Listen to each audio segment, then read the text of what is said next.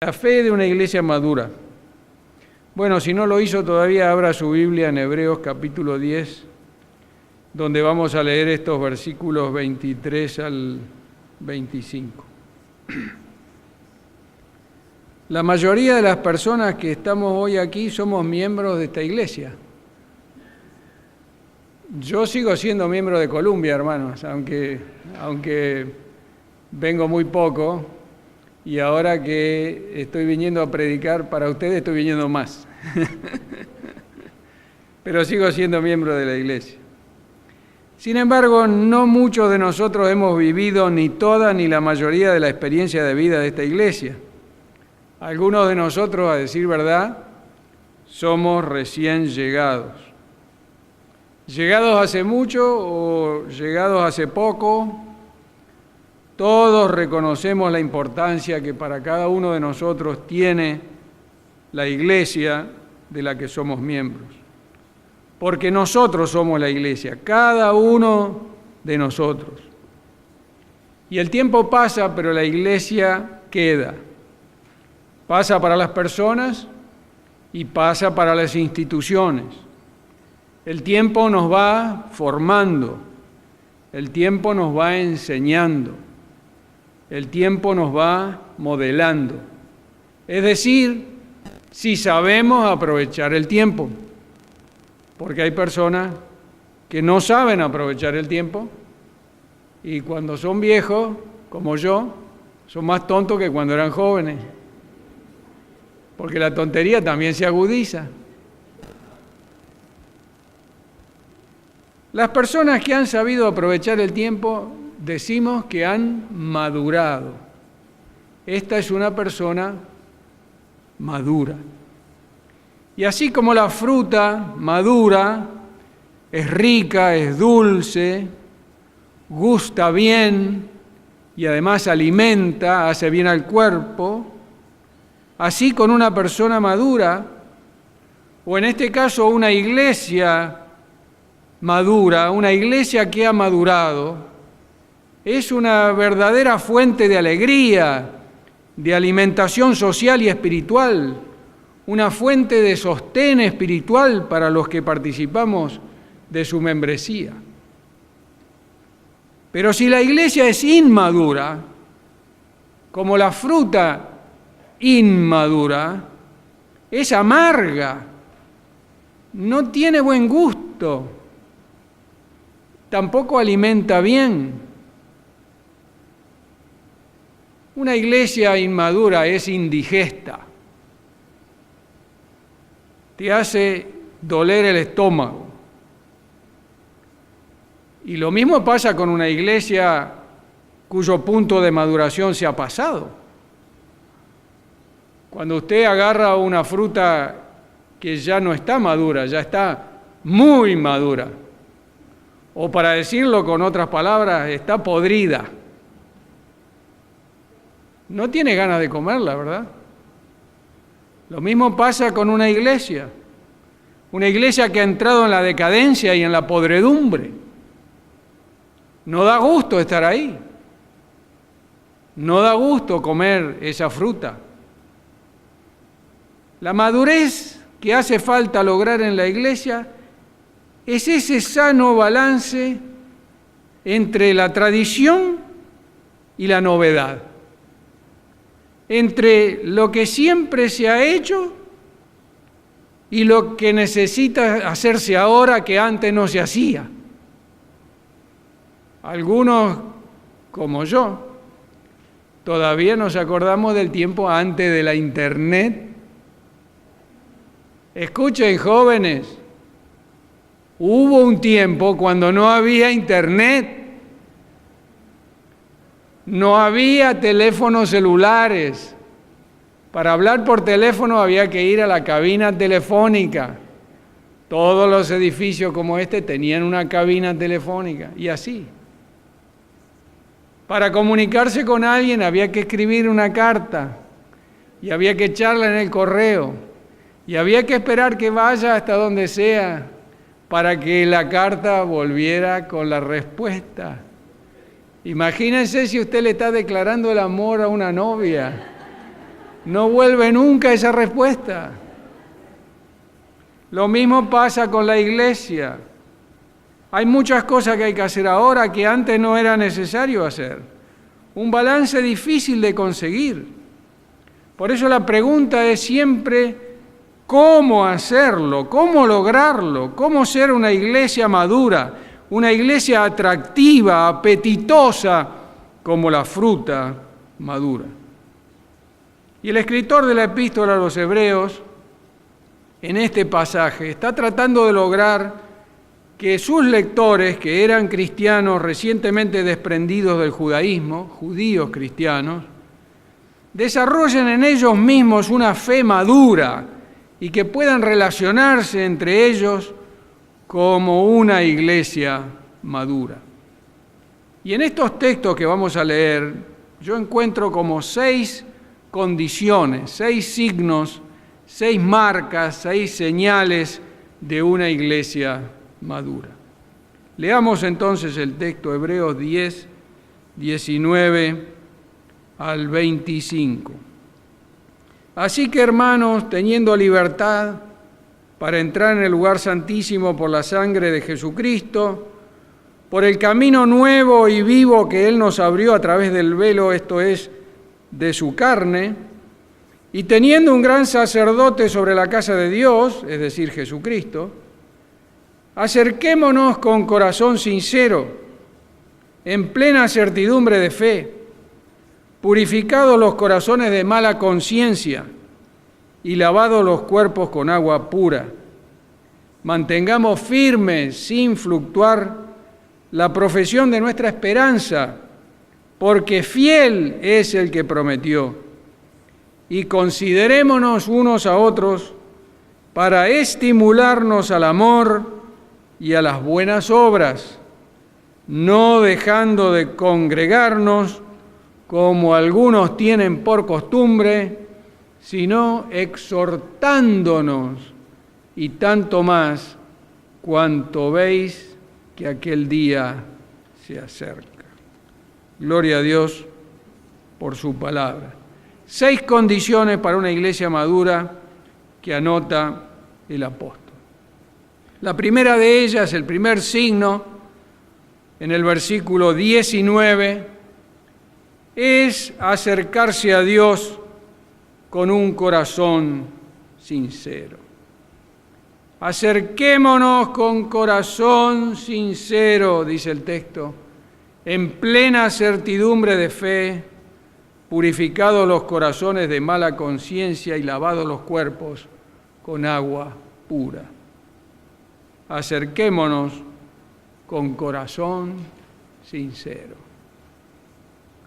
La sinceridad es el comienzo de la madurez en la vida de una iglesia.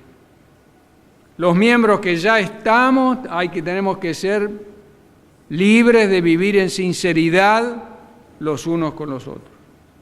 Y los miembros que se van añadiendo tienen que hacerlo sinceramente. Toda la vida de la iglesia tiene que vivirse en sinceridad. Si no, no hay madurez. Hay que comenzar teniendo plena certidumbre de fe. Una iglesia nunca va a crecer en la madurez si duda sobre su fe en Cristo Jesús. Por eso la fe en Cristo tiene que estar bien plantada para que nadie, ni ebrio ni dormido, pueda dudar de ella. La fe en Cristo tiene que ser siempre el centro de la vida de la iglesia. Además, hay que purificar los corazones de mala conciencia, porque una iglesia nunca va a crecer en madurez si hay mala conciencia. Si nos estamos cuidando los unos de los otros, si nos estamos guardando las espaldas, porque no sabemos qué puede estar diciendo alguien de nosotros a nuestras espaldas. Mientras eso se viva en la vida de la iglesia, nunca se crecerá a la madurez. Solo cuando podemos limpiar nuestra conciencia en Cristo Jesús, la iglesia crece hacia la madurez. Y además hay que ir purificando nuestras vidas, dice el apóstol. La verdadera sinceridad implica el lavamiento de los cuerpos en agua pura, dice él. Fíjese que dice agua pura, porque usted y yo sabemos que lo que se lava queda tan limpio como limpia está el agua. Si no, pregúntele a la gente allá de, ¿cómo se llama? Flint. ¿Qué pasó con el agua? Y todas las enfermedades que les dio. Porque alguien no se dio cuenta. Lavar los cuerpos con agua pura es el único modo de estar limpios, y lo único que nos lava puramente, dice la Biblia, es la sangre preciosa de Jesucristo. Solo en la sangre de Cristo podemos limpiar nuestra conciencia y nuestra vida. Solo Cristo nos devuelve la verdadera sinceridad. Por eso el primer paso de una iglesia en el camino hacia la madurez es vivir en sinceridad. El segundo paso para tener una iglesia madura es mantener firme la profesión de nuestra esperanza. Dice el versículo 23, mantengamos firme, sin fluctuar, la profesión de nuestra esperanza, porque fiel es el que prometió. La esperanza cristiana era despreciada por los primeros judíos. Los judíos no aceptaron a Jesucristo como el Mesías, el ungido, el Cristo. Todavía muchos de ellos no lo aceptan, aunque hay una gran comunidad de judíos cristianos, mesiánicos. Para los judíos del tiempo de Jesús, para la mayoría de los judíos del tiempo de Jesús, Jesús fue un personaje olvidable. Fue un extraño de pelo largo, un tipo que no llegó nunca a nada, que murió extrañamente ahí en la cruz. Supuestamente era inocente, pero igual lo mataron y nunca se defendió. Tiene toda la pinta de un fracasado, y así lo consideraron ellos, un fracasado, porque no podían creer en la resurrección, y porque no pudieron creer en la resurrección, no pudieron creer en el poder de Cristo. Bueno, el mundo que vivimos hoy también nos empuja a creer que nuestra esperanza en Dios es en vana. Los que verdaderamente queremos ser cristianos en el día de hoy somos bastante impopulares, porque lo que hay en relación con Cristo en la sociedad común hoy en día es una extrema mediocridad. Por eso, si no nos dejamos llevar por la mediocridad reinante, podemos llegar a pensar que nuestra esperanza en Cristo no es verdadera, no es buena, no es real. Pero hermanos, nuestra esperanza es real. Nuestra esperanza es la más real de todas. Es más, el texto de Colosenses dice que Cristo Jesús es la única y verdadera realidad, la única y verdadera esperanza. Por eso lo que nos sostiene es la esperanza de la obra, de la persona y obra de Jesucristo. Por eso el autor de Hebreos ve esa esperanza como un camino nuevo, dice él, un camino vivo que Él nos abrió a través del velo, esto es, de su cuerpo, dice, porque murió y resucitó. Esa es la esperanza cristiana, la esperanza que tiene que mantenerse firme. Por eso dice el autor de la epístola, el que lo prometió, es decir, Dios es fiel. De modo que si el que prometió es fiel, todo lo que ha sido prometido es real y verdadero. Los vaivenes, las inseguridades de la vida son siempre símbolos de inmadurez. El que se asusta por los problemas o el que se alegra en demasía por las realizaciones de la vida solo muestra un estado de inmadurez. Porque el que es maduro sabe que en la vida tanto el fracaso como el éxito son términos relativos, son relativos a lo humano. Y ni lo uno ni lo otro describen la realidad de nuestro ser. De modo que una persona madura, una iglesia madura, se asientan en mantener firme, sin fluctuar, la profesión de fe de nuestra esperanza. Y nuestra esperanza no está en una religión, ni está en un sistema de creencias, ni está en una iglesia. Nuestra esperanza está en Jesucristo, nuestra esperanza está en la resurrección del Señor, nuestra esperanza está en el día cuando Dios traerá a culminación ese proyecto de vida que nosotros llamamos el reino de Dios. Eso es lo que esperamos. La tercera condición, el tercer signo de una iglesia madura, es que se estimula al compañerismo, al amor y a las buenas obras. El versículo 24 dice: y considerémonos unos a otros para estimularnos al amor y a las buenas obras. Una iglesia madura ha aprendido que el capital más importante, que el que cuenta para su ministerio, son las personas. El capital más importante de una iglesia es la gente, más que el dinero, más que los edificios, más que los programas que se puedan tener, aunque sea el Día de la Amistad, gran programa, a ver si conseguimos novia. Lo que de veras hace que una iglesia sea madura es su respeto por la gente, respeto por la persona humana, respeto por cada uno de nosotros. Una iglesia madura aprende a apreciar a sus miembros, a estimarlos, a respetarlos, a comprenderlos, a aceptarlos con sus logros y con sus defectos y con sus pecados. Entender que la regla de oro del cristianismo primero hay que aplicarla en la iglesia. No podemos aplicarla en el mundo si no la aplicamos en la iglesia. Siempre recuerdo un hermano en una iglesia que pastoreé que se ofendió y se fue de la iglesia por una pelea originada en un partido de fútbol. Esto es verídico. Qué pequeños y débiles que somos. Tenemos que aprender a soportarnos, tenemos que aprender a amarnos, tenemos que aprender a considerarnos los unos a los otros con amor. Considerarse unos a otros quiere decir verse a uno al lado del otro, como si uno se sacara un selfie así, juntito con el otro, y después la mira y dice: a ver, me voy a comparar acá con el hermano Chicho. Evidentemente él está un poco más gordito que yo, por ejemplo, ¿verdad, Chicho?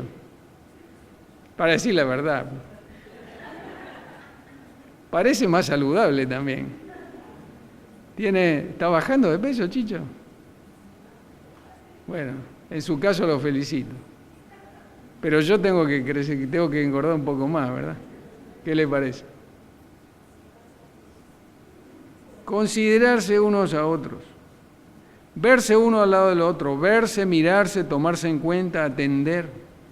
Ese es el verdadero compañerismo, tener un compañero, una compañera.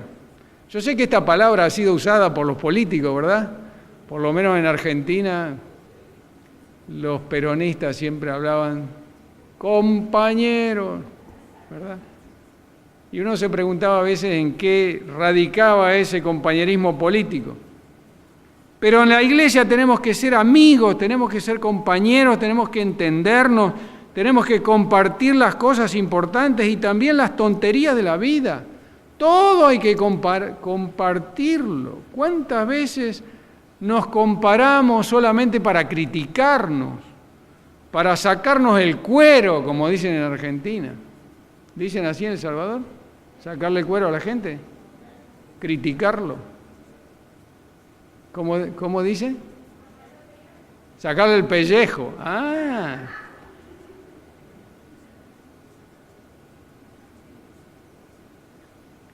¿Cuántas pocas veces nos consideramos unos a otros para hacernos bien? El autor dice estimularnos al amor. Considerarnos unos a otros para estimularnos al amor. quiere decir estimularnos a amarnos en Cristo Jesús.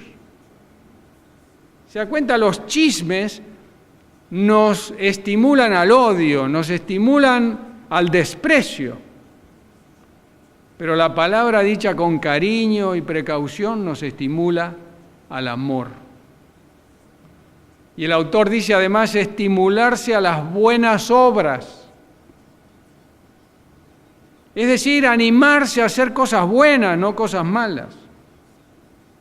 Qué poco que alabamos el trabajo y los logros de los demás.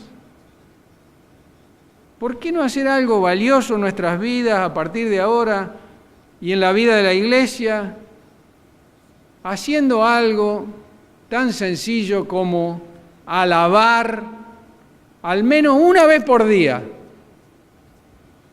alguna cosa que está bien hecha que hizo otra persona? Lo desafío, hermano, aunque sea esto lo único que usted saque de este sermón.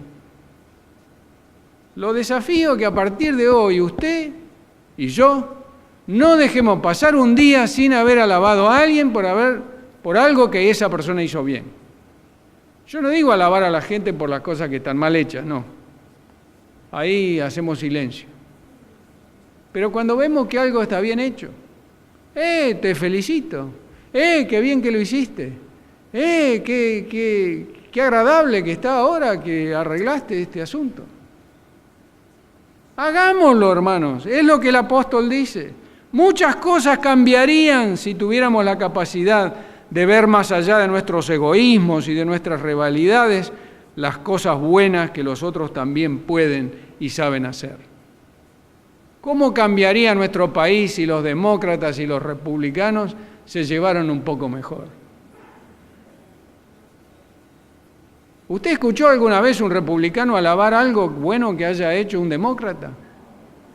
¿Usted escuchó alguna vez un demócrata alabar algo bueno que haya hecho un republicano? ¿Se da cuenta por qué anda mal nuestro país? Eso es lo que no tiene que suceder en la iglesia, hermanos. Cuando se forman partidos, como decía el apóstol Pablo a los Corintios, que unos son de Pedro y otros son de Apolo y otros son de Cristo.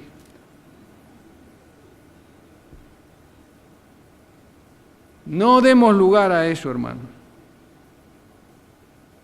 Más bien, animémonos al amor y a las buenas obras.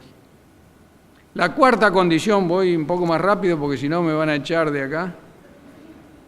La cuarta condición, el cuarto signo de una iglesia madura, es que se goza en congregarse. Como dijo nuestro hermano que dirigía, nos gozamos en estar juntos.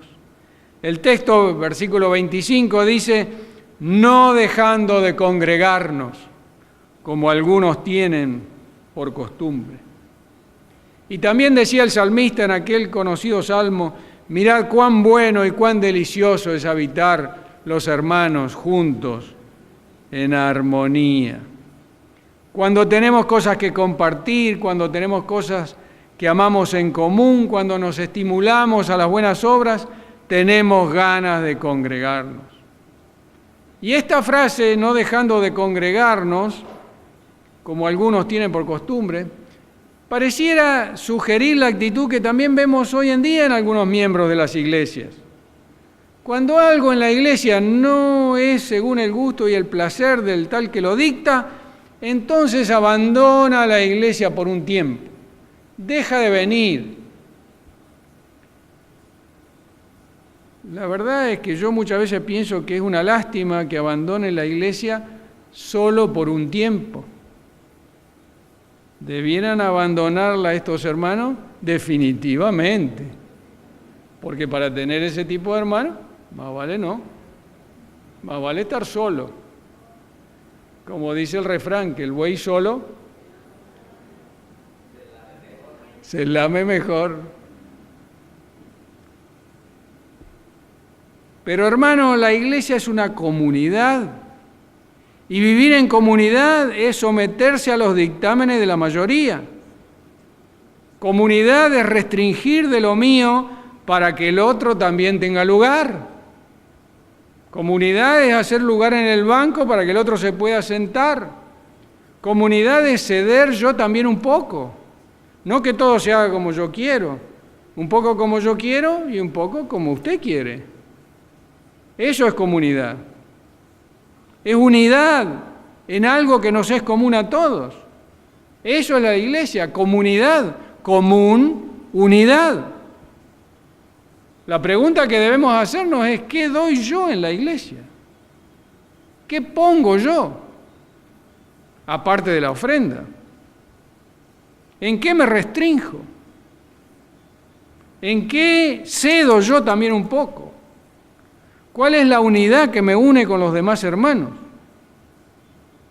Cuando yo me empiezo a hacer esas preguntas, entonces me edifico en comunidad. Entonces tenemos una iglesia madura. Porque mientras vengamos a la iglesia solo para ver qué es lo que podemos sacar, y sacar, y sacar, y sacar, entonces tendremos una iglesia de imberbes e inmaduros espirituales. Y hay muchas iglesias en este país que son así. Hay gente que va a la iglesia para ver qué le da la iglesia. ¿Qué puedo comprar? Como si fuera una estación de servicio, que tiene un lugarcito ahí para comprar alimentos. A ver qué puedo comprar. ¿Qué chuchería nueva me da la iglesia? Qué triste. Una iglesia de imberbes e inmaduros espirituales. Pero cuando vivimos en comunidad, nos apoyamos unos a otros. Y yo hago lugar para que mi hermano se siente, y él hace lugar para que yo me siente. Y juntos nos sentamos y nos disfrutamos el uno al otro. Y somos hermanos en Cristo. En quinto lugar, una iglesia madura se exhorta mutuamente. Se exhorta los unos a los otros. Dice en la segunda parte del versículo 25, sino exhortándonos. Bueno, no siempre hay cosas lindas en una iglesia madura. Madurez no es evitar lo feo, sino saber cómo tratar con lo feo, de modo que lo feo nos evite a nosotros. En una iglesia madura hace falta hermanos que sepan exhortar con madurez. En el capítulo 18 del libro de los Hechos está el famoso caso de Apolo, quien dice el texto que lo único que conocía era el bautismo de Juan, y predicaba, obviamente, lo que conocía, y predicaba en el fondo una herejía, porque no reconocía el bautismo de Cristo Jesús o el bautismo del Padre, del Hijo y del Espíritu Santo, que es el bautismo de la iglesia. Y allí dice el texto que estaban Priscila y Aquila, dos ancianos de la iglesia, que lo llevaron a una parte y le explicaron con mayor exactitud, dice el texto, el camino de Dios. Y obviamente Apolo, como era bueno, se enderezó. Y Aquila y Priscila siguieron siendo miembros de la iglesia. Qué gran ejemplo de exhortación. De decirle a un hermano con cariño cuáles son sus errores. Como dice el apóstol Pablo, hablando la verdad en amor. Obviamente, como Priscila y Aquila, en una parte. No desde el púlpito, ni desde algún lugar público, en privado. Por eso cuando hay exhortación, una iglesia se mantiene firme. Los recién convertidos tienen que ser discipulados. Los creyentes tienen que ser animados, sostenidos en su fe. Los que se apartan tienen que ser reanimados y reacercados al rebaño. Los que se alejan del Señor tienen que ser separados. Todo eso hay que hacerlo en un espíritu de amor y de mansedumbre, como el Señor nos enseñó. Por eso hay que exhortarse. Y la última condición o la última señal de una iglesia madura es que vive en la expectativa de la inminencia del reino de Dios. La inminencia de la venida del Señor, dice el versículo 25, la última parte, y tanto más hay que hacer todas estas cosas, cuando veis que aquel día, ¿cuál es aquel día? Aquel día es el día cuando Jesucristo volverá a juzgar a los vivos y a los muertos. Por eso un signo de madurez es saber reconocer los límites de cada uno, reconocer los límites de la iglesia. La iglesia no es un fin en sí misma. La iglesia está en función de anunciar, promover y establecer el reino de Dios. La iglesia va a ser juzgada por Dios en tanto en cuanto haya cumplido cabal y fielmente esa función que Dios le dio en el mundo de Dios.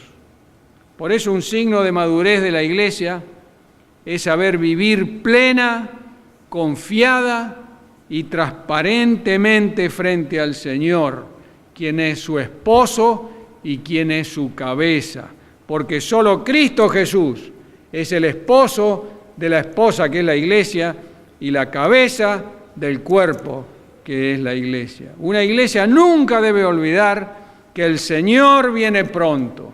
Cada día que pasa se acerca más la aparición segunda del Señor. Puede ser hoy, puede ser esta semana, puede ser dentro de 2000 años, cuando el Señor lo quiera. En tanto y en cuanto aquel día se acerca más, la iglesia tiene que vivir con mayor responsabilidad su misión de ser la promotora y la agente del reino de Dios en la tierra. La iglesia tiene que vivir de acuerdo a las leyes, no del país, sino a las leyes del reino de Dios, que son leyes superiores a cualquier ley de cualquier país que existe en el mundo entero. Así que, hermanos, en conclusión, necesitamos una iglesia madura, necesitamos una iglesia que ha madurado, que sea una fuente de alegría, una fuente de alimentación social y espiritual, una fuente de sostén espiritual para los que participamos de su membresía. Así como en la vida humana hay madurez, también en la iglesia habrá madurez, si se cumplen estas condiciones. Que haya sinceridad, que haya firmeza en la profesión de nuestra esperanza, que nos estimulemos al compañerismo, al amor y a las buenas obras, que no dejemos de congregarnos, que nos exhortemos unos a otros con amor y mansedumbre, y que vivamos cada día de nuestra vida conscientes de que el Señor viene pronto a juzgar a los vivos y a los muertos, y a su iglesia también. Así que, hermanos, hagamos que esta iglesia tenga verdadera madurez, y que cuando uno visite esta iglesia, diga, me gusta ir a esa iglesia, porque es una iglesia madura. Amén. Que Dios nos bendiga.